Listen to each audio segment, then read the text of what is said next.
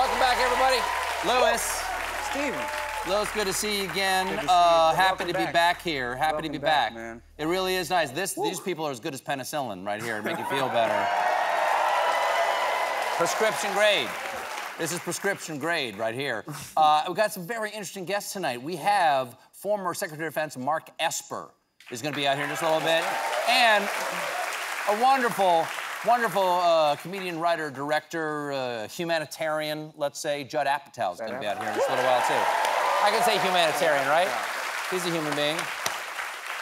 Speaking of wonderful people, I went and saw our friend John Baptiste this weekend. Went to go visit him, see how he's doing. Oh, yeah. He's feeling much better, sends his love. And, you know, he'll be back here as soon as he feels better and after he's done Color Purple.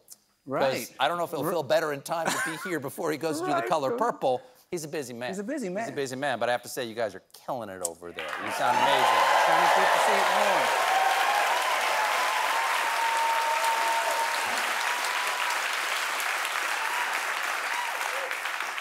warm. Folks, my first guest is former Defense Secretary of Mark Esper. He'll be out here in just a bit. He's the author of a new tell-all book called A Sacred Oath.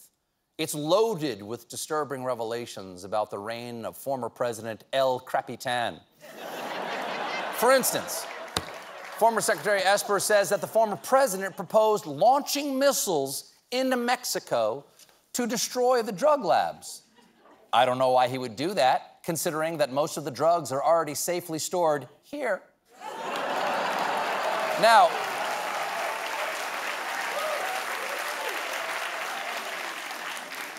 after Esper pointed out that the missile launch would be an act of war against an ally, the former president explained, "We could just shoot some Patriot missiles and take out the labs quietly," adding, "No one would know it was us. He would simply deny we had launched them." Yes, he just planned to deny that those exploding metal tubes with USA on the side came from us. He would just say tell the Mexicans they were sent by Susan.